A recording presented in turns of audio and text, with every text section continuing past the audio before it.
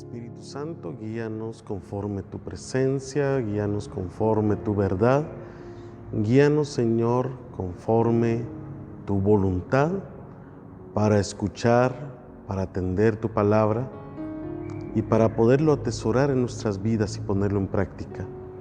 Es lo que tú quieres, es lo que tú nos has enseñado, es lo que tú nos has hablado. En el nombre de Cristo Jesús. Amén. Todos asistimos a una iglesia. Todos vamos siempre a congregarnos y a buscar a Dios. Todos siempre buscamos una forma de cómo estar cerca de Dios. De alguna forma siempre buscamos cómo servirle. De alguna forma nosotros somos parte del cuerpo de Cristo. Y participamos, privilegios, si queremos llamarlo, posiciones en la iglesia, en el templo, con la congregación. Pero para ejercer todos esos puestos, como le podamos llamar o queramos llamarle, esos privilegios, esos servicios, nosotros debemos de entender que debemos de estar unidos bajo la guianza del Espíritu. Y hoy quiero citar una de las cartas de Pablo a la iglesia cristiana en Éfeso, o sea, Efesios capítulo 4.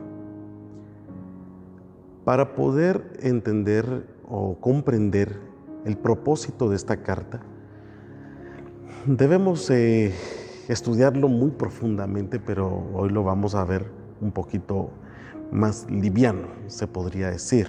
Quiero emplear esta palabra, un poquito más liviano, un poquito más suave. Pablo escribe una carta a la iglesia en Éfeso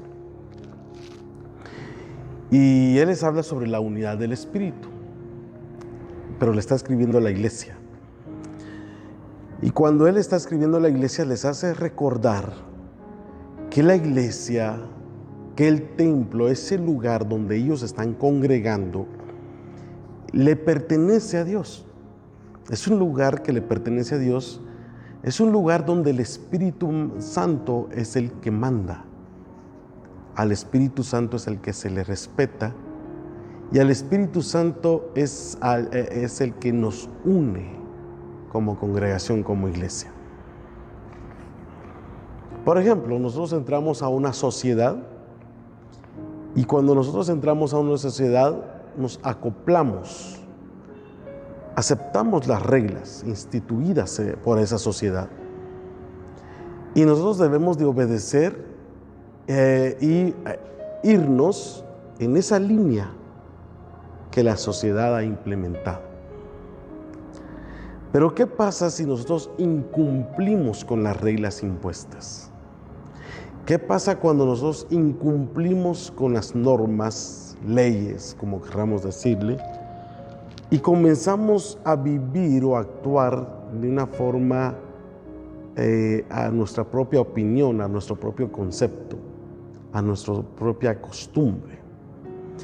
Entonces nosotros comenzamos a entorpecer esas reglas y los objetivos de esa sociedad se ve muy amenazada, se ve muy afectada y no se cumple. Aunque la sociedad hayan 100 personas, pero que con uno que ya no cumpla, ya no vaya al respeto de esas reglas instituidas, la sociedad se ve afectada. Porque esta persona comienza a decirle uno al otro y al otro que hagan lo que esta persona piensa en contra de esas reglas. Y Pablo les está diciendo a esta iglesia de que deben de entender que hay mandamientos, hay reglas, hay una organización que respetar, pero pensando que debemos de estar unidos al Espíritu de Dios, ¿verdad? Y al hablar de la unidad del Espíritu, Pablo se refiere a una vida cristiana que debe de conseguir el individuo. Una manera de vivir conforme el Espíritu. ¿Se recuerdan que habíamos hablado de eso? Gálatas capítulo 5. Andar en el Espíritu. Y a Gálatas Pablo les habla y le dice andar en el Espíritu, pero a Efesios le dice unidos en el Espíritu. Y vamos a comenzar a leer. Capítulo 4 de la carta de Pablo a los Efesios. O Efesios capítulo 4. Y comenzamos a leer en el nombre del Padre, del Hijo y del Espíritu Santo. Yo pues, ¿qué dice? Preso en el Señor. Os ruego que andéis como es digno de la vocación con que fuisteis llamados. La enseñanza anterior hablaba sobre el llamado, atender al llamado de Dios. ¿A qué fuimos llamados? A pertenecer. No salimos de una sociedad de reglas del mundo, naturaleza mundana o naturaleza del mundo, y venimos a vivir bajo unas reglas de la naturaleza del Espíritu de Dios. O sea, salimos del pecado y de las tinieblas para la luz admirable. Mire, usted está hablando muy religiosamente. Como dijimos la vez pasada, cuando hablábamos sobre la palabra de Dios, estoy hablando conforme el Espíritu, conforme a la palabra de Dios, pero es que es tan necesario que nosotros leamos Biblia. Bueno, entonces, ¿qué quiero decir? O sea, ¿cómo lo vemos en nuestra vida? Salimos de unas reglas que aprendimos desordenadamente, de que la vida solo hay una y hay que vivir desordenadamente, hay que vivir como nosotros querramos, y venimos a vivir bajo la guianza de Dios, conforme a esos mandamientos bíblicos. Entonces, Pablo dice, yo pues, preso en el Señor, os ruego que andéis como es digno de la vocación con que fuimos llamados, con toda humildad y mansedumbre, soportándonos con paciencia los unos a los otros en amor, procurando mantener la unidad del Espíritu en el vínculo de la paz. En aquel entonces, en este tiempo, para los griegos no existía la palabra humildad. Para ellos la humildad era no una palabra que estaba en su vocabulario, sino que era una actitud de pobre, una actitud de débiles, una actitud de aquellos que no merecían ni el respeto ni la valentía.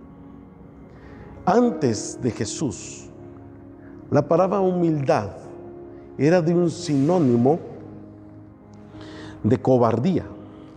Fíjense, esta palabra no existía para los griegos. Y como les digo, antes de Jesús, esta palabra era sinónimo de cobarde, rastrera y despreciable. Si yo decía que era humilde, o sea que era muy condescendiente, o sea, yo trataba la manera de ver el bien de mi prójimo, en el sentido de ser empático, yo era un cobarde. No era digno de ser admirado ni respetado, ni siquiera era digno de estar entre los valientes, entre los poderosos, entre los que tenían un renombre en la sociedad.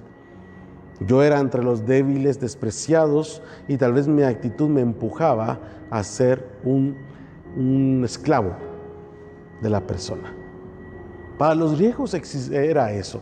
Entonces, ¿qué es lo que pasaba? Los judíos esperaban que Jesús fuera un tipo guerrillero, pero Jesús vino a presentar el amor y la humildad. Entonces Él se acercó a los pobres, a los despreciados, Él se acercó a aquellos que eran marginados por la sociedad. Y Pablo, también imitando la actitud de Jesús, Él habla primero la humildad. Nosotros, para ser buenos cristianos o para ser una iglesia apta para Dios y demostrar el testimonio de Dios en nosotros, Tenemos que practicar la humildad, pero ojo con esto, la humildad es para dar testimonio de Dios en nuestra vida ante nuestros semejantes, pero la humillación solo le pertenece a Dios. Nosotros nos humillamos solo a Dios, pero no nos humillamos ante una persona. Y esto lo vemos también el ejemplo como los amigos de Daniel. Ellos fueron muy humildes ante el gobierno de Nabucodonosor, pero nunca se humillaron ante las peticiones de Nabucodonosor. Y ese es un aspecto que debemos nosotros de diferenciar, la humildad y la humillación.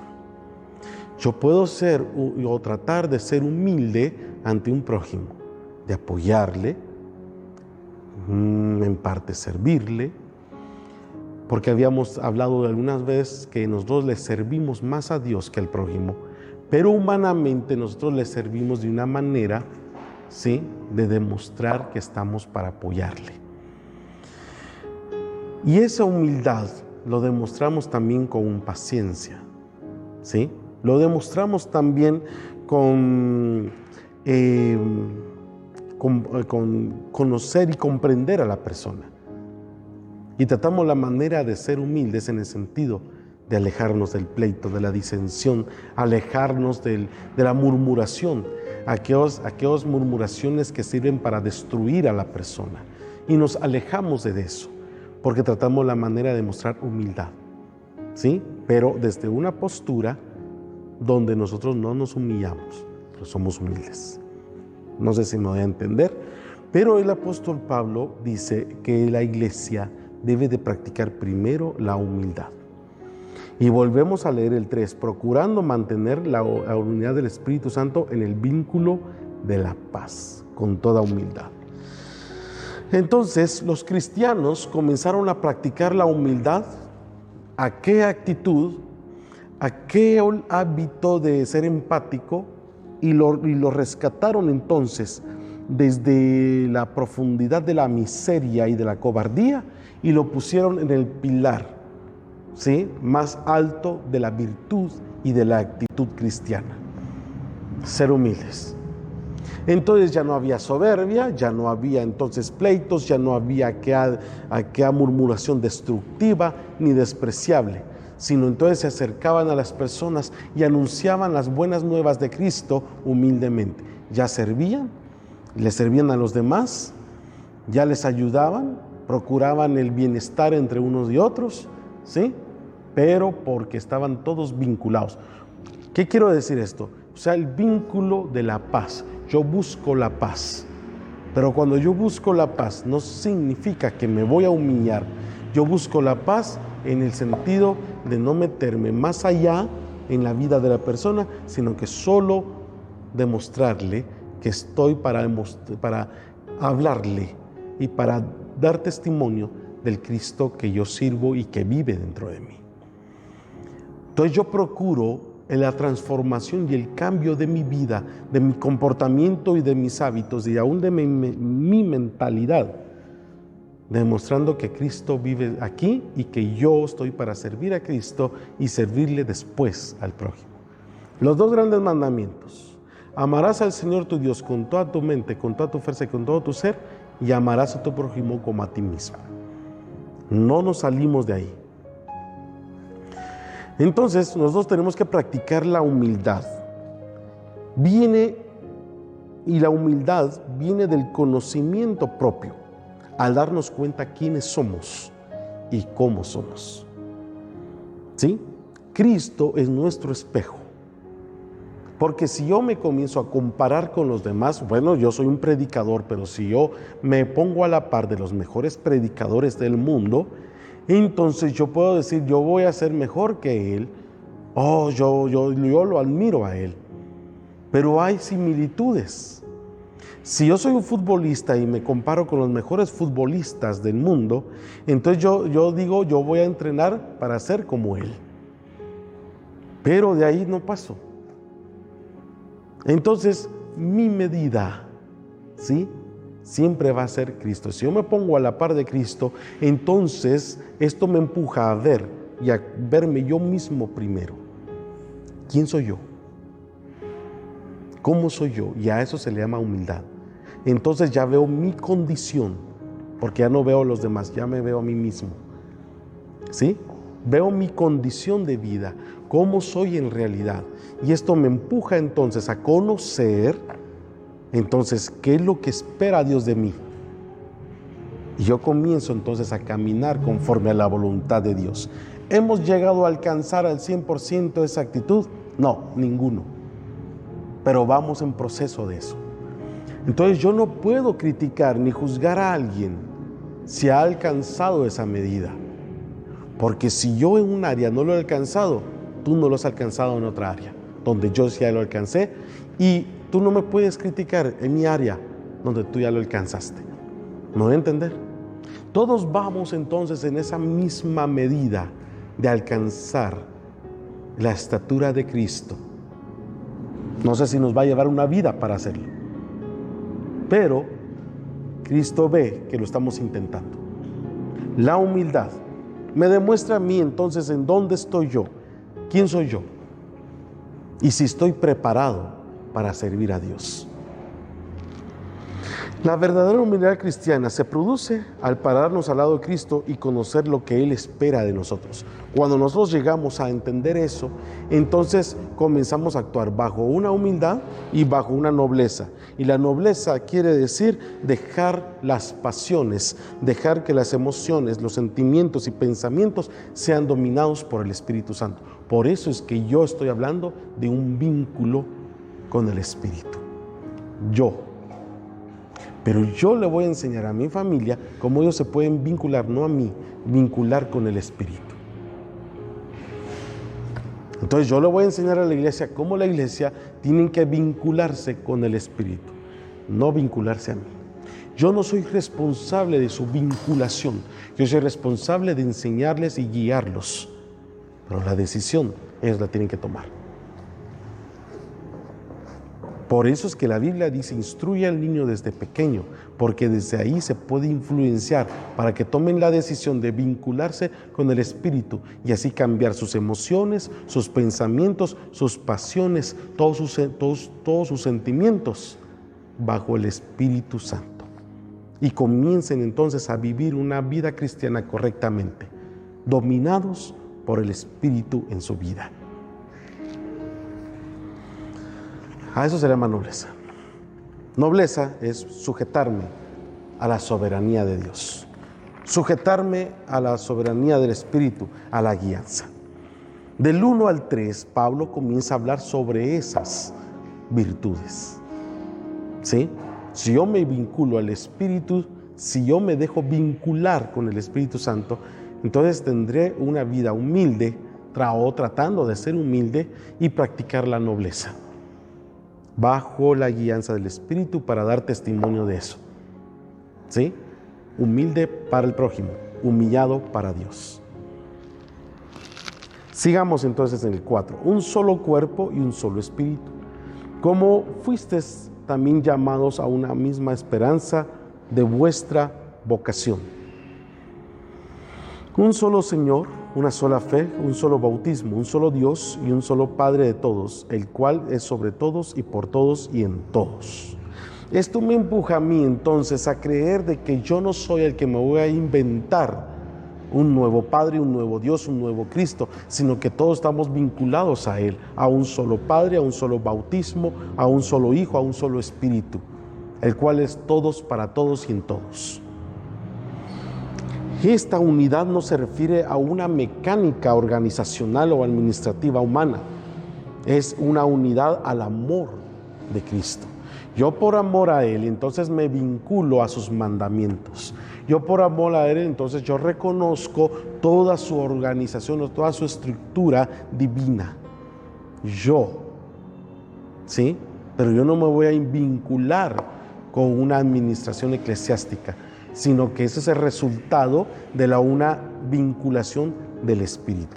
Porque yo voy a comenzar a reconocer que yo soy humilde porque Dios es humilde en mi vida, porque Dios me puso esa humildad, porque Cristo y el Espíritu Santo es el que me están colocando esa humildad en mi vida para yo comenzar a vivir conforme a sus propósitos y sus mandamientos. y así demostrar a los demás y hablarles conforme la palabra. Porque no soy yo el que quiero sobresalir con esa actitud, sino lo que quiero es que todos se den cuenta que hay un Cristo, un Dios, un Espíritu que puede vivir en la vida de los demás. De eso se trata esto. Un solo cuerpo, todos somos un solo cuerpo, como cuando Dios le dijo a Adán y a Eva: y te unirás a tu mujer y dejarás a padre y madre, y los dos serán una sola carne. Y así somos nosotros como iglesia, un solo cuerpo con Cristo. ¿Me van a entender? Entonces, yo vengo a servir a Dios, pero si mi prójimo también piensa lo mismo, yo vengo a servir a Dios, mi prójimo también, mi hermana, mi hermano en Cristo, entonces todos estamos siendo vinculados, procurando hacer las cosas que Dios nos mandó.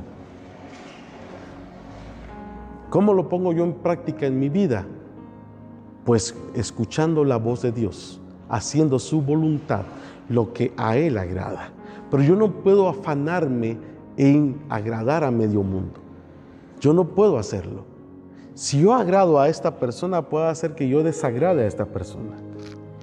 Es cierto, yo debo de tener prioridades a qué personas. Pero si yo busco mi prioridad en agradar a Dios, Él dará testimonio de mí. Y entonces Él hablará de mí ante los demás. Ese es un orden. ¿Sí?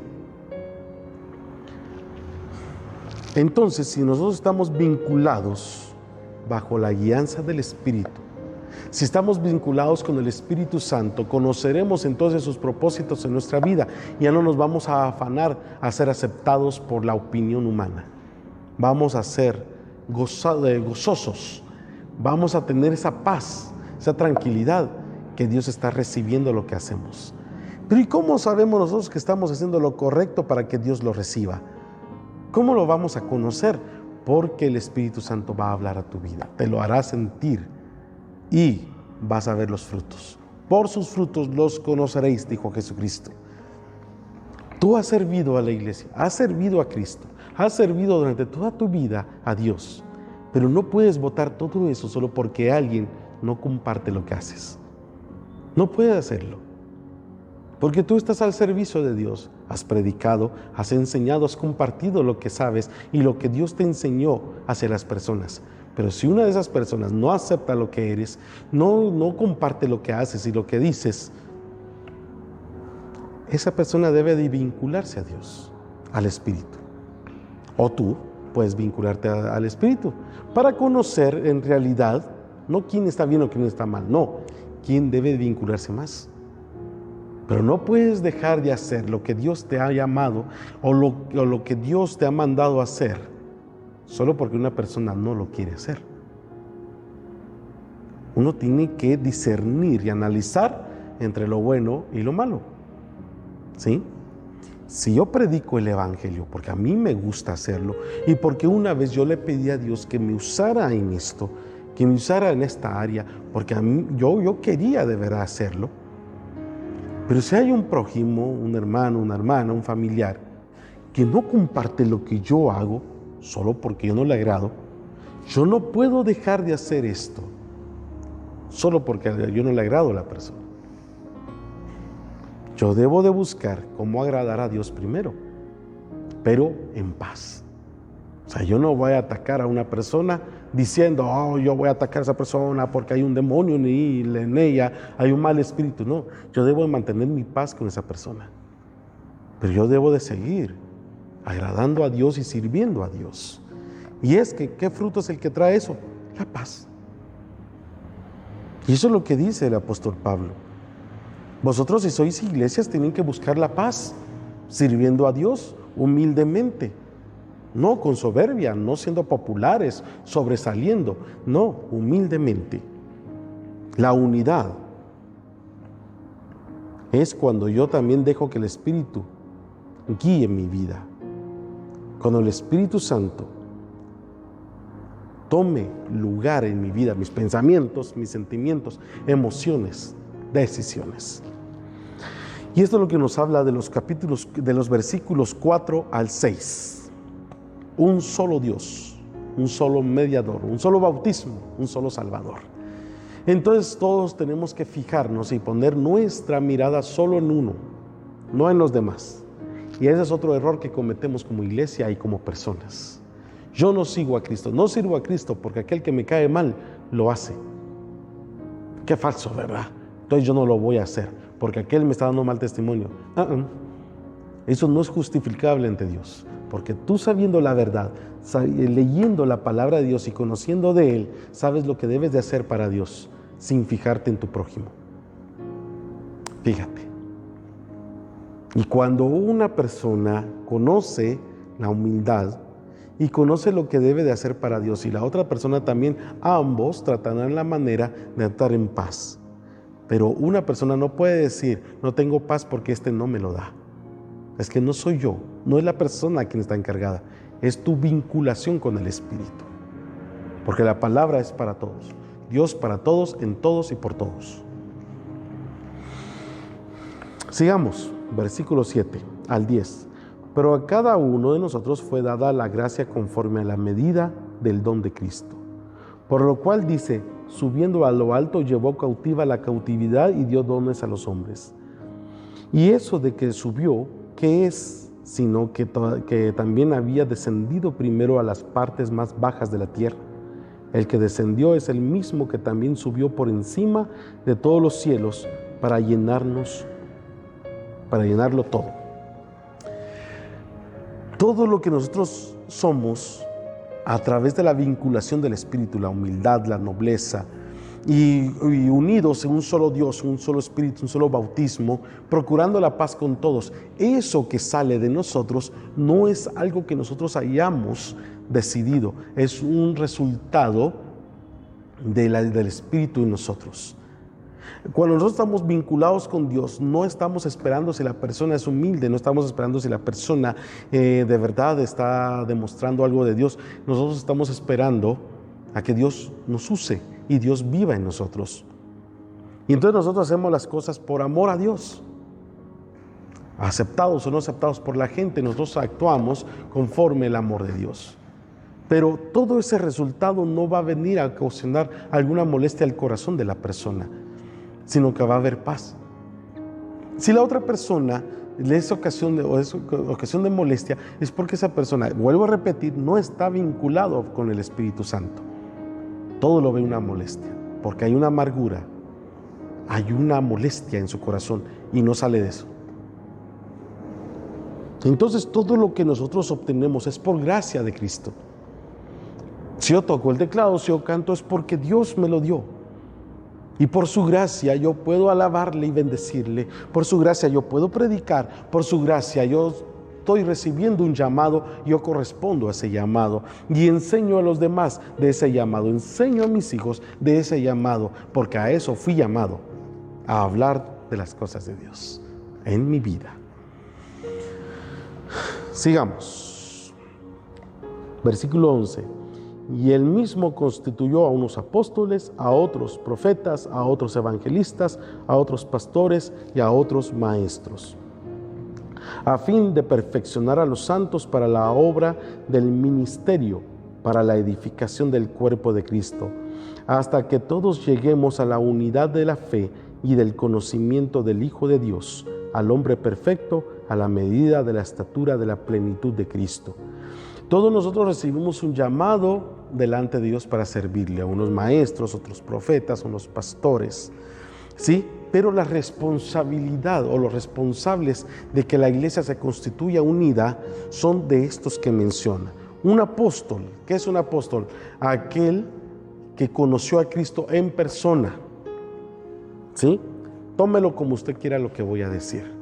El apostolado es aquella persona que puede dar fe, que conoció a Cristo en persona, físicamente, en cuerpo. Por eso es que el apóstol Pablo es el último apóstol, porque él lo conoció y recibió de Cristo personalmente.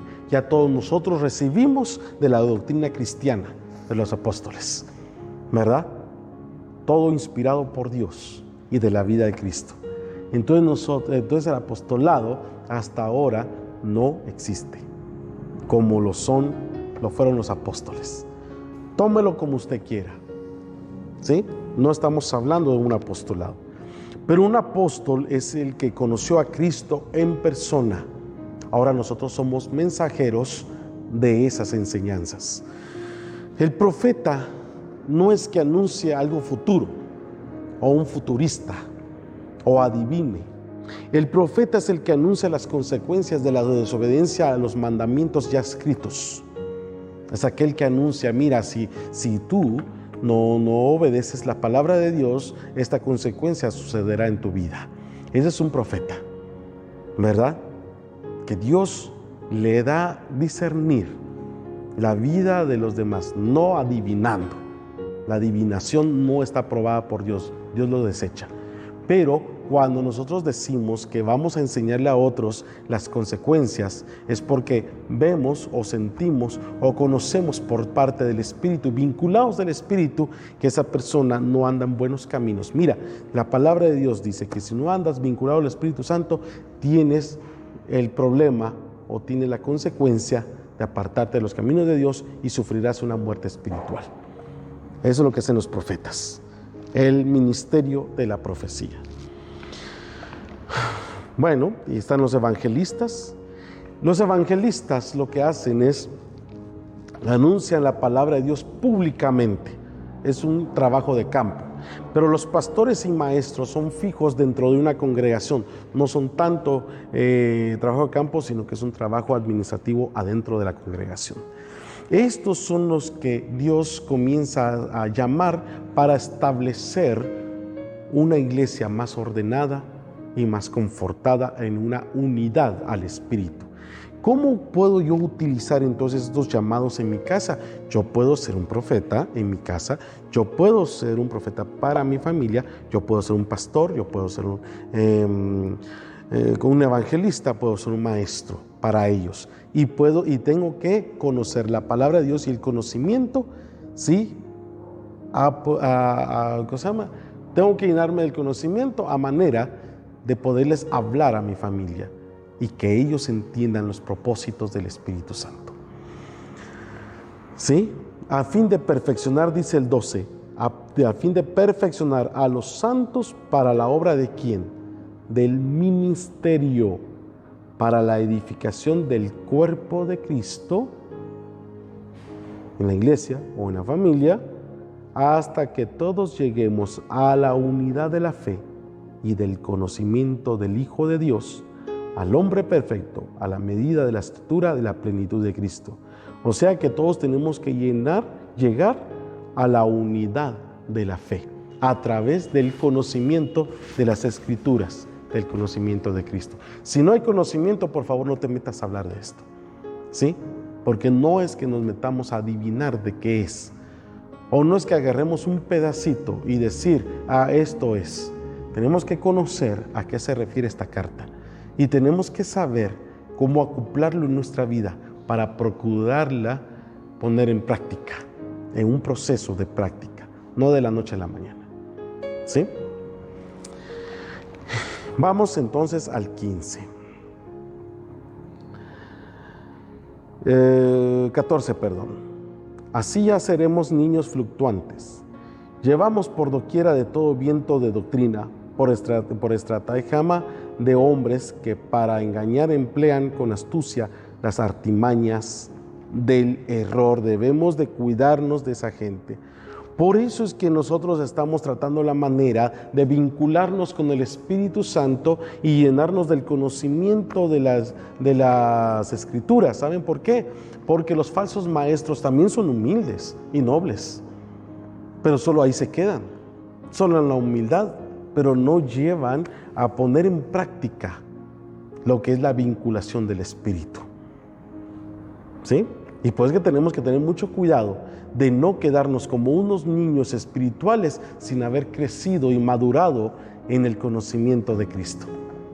Si nosotros no maduramos ese conocimiento, no estamos aptos para poder hablar de la palabra de Dios.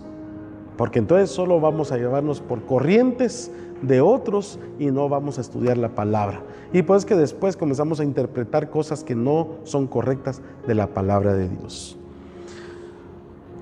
sino que siguiendo la verdad en el amor, crezcamos en todo en aquel que es la cabeza, esto es Cristo, de quien todo el cuerpo, bien concertado y unido entre sí, por todas las coyunturas que se ayudan mutuamente, según la actividad propia de cada miembro, recibe su crecimiento para ir edificándose en amor. Nosotros tenemos que entonces crecer en Cristo Jesús, en el amor de Cristo. Y esto nos ayuda a nosotros conocer entonces cuál es el llamado de Dios y a qué fuimos nosotros llamados a pertenecer a una iglesia. Debemos de proteger entonces a aquellos que son débiles aún en la fe, a los que están comenzando, comenzando a crecer en el conocimiento y en la fe, para que ellos no sean llevados bajo las corrientes de falsas doctrinas o de estrategias que no los llevan a un crecimiento espiritual o una madurez espiritual. Porque si no nos vamos a llenar solo de filosofías vacías y argumentos que solo vendrán a arruinar la sana doctrina en nosotros. Por eso es que hablamos desde un principio. Cuando nosotros entramos a una sociedad, nosotros debemos de acoplarnos a sus mandamientos, a sus leyes. Pero si nosotros no vamos a meternos y no estamos sujetos a esas reglas, entonces somos una amenaza para los objetivos de esa sociedad. Entonces, si nosotros no venimos a crecer, a someternos a los mandamientos de Dios y a su conocimiento, no estamos nosotros dispuestos a llevar los objetivos de las buenas nuevas de Cristo Jesús.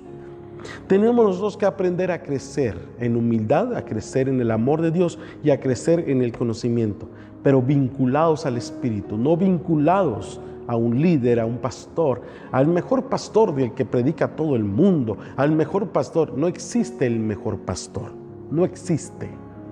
No existe el mejor evangelista, no existe el mejor predicador. Existe Cristo y Él, por ende, es el mejor de todos. Vinculémonos a Él. No te afanes por agradar o ser aceptado por la gente. No malinterpretes lo que te digo. No es necesario, si no nos vamos a afanar a que seamos aceptados por la opinión pública, tampoco vamos a pelear. No nos vayamos de un extremo a otro. Busquemos el equilibrio. Yo quiero agradar a Dios para que Él hable de mí y la gente vea que no soy una mala persona y la gente conozca que yo no estoy loco ni que ando hablando cosas indebidas, ni me ando justificando, para que la gente conozca que yo solo trato la manera de agradar a Dios porque Él es mi Salvador y mi Señor.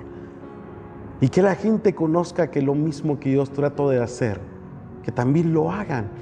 No porque yo lo diga, no porque yo sea el gran ejemplo, no. Es que lea la palabra de Dios.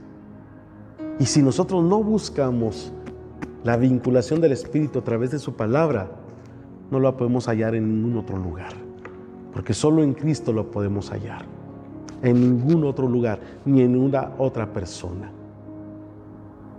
Claro, hay cosas que yo quisiera que sucedieran para la paz en Dios. Pero no puedo cambiar los corazones de las demás personas. No soy yo quien lo va a cambiar. No fui llamado a cambiarlos. Solo fui llamado a demostrar, a mostrarlo y a decirlo. Pero la decisión es de los demás. Busca la manera de vincularte al Espíritu. Busca la manera de vincularte con tu Cristo. Porque a Él es el que le debes la vida. A Él es el que le debes la felicidad de tu corazón. A Él es el que le debes la fortaleza de tu alma. Y a ningún otro más. Lee la palabra de Dios. Y vincúlate con el Espíritu para estar unidos en una misma fe, en un mismo Señor y en un mismo objetivo. Cierra tus ojos. En el nombre del Padre, del Hijo y del Espíritu Santo, gracias te damos por toda tu bendición, Señor, y por toda tu gloria. Que si andamos perfectos en el camino, no, Señor, aún no somos perfectos, pero vamos en ese caminar. Hay áreas, Señor mi Dios, que aún necesitamos cambiar, pero en tus fuerzas, no en nuestras propias opiniones. Pero gracias por aquellas áreas que ya hemos cambiado, Señor. porque tú nos has mandado a cambiar nuestra forma de pensar y sentir, vinculados a tu Espíritu para la unidad con Cristo. Gracias, mi Dios, por hablarnos a través de tu palabra y entender a lo que fuimos llamados. Y no solo hablamos de una iglesia, hablamos de una familia, donde podemos también estar vinculados unos con otros a través del amor de tu Espíritu que viva entre nosotros. Gracias, mi Dios. En el nombre del Padre, del Hijo y del Espíritu Santo. Amén.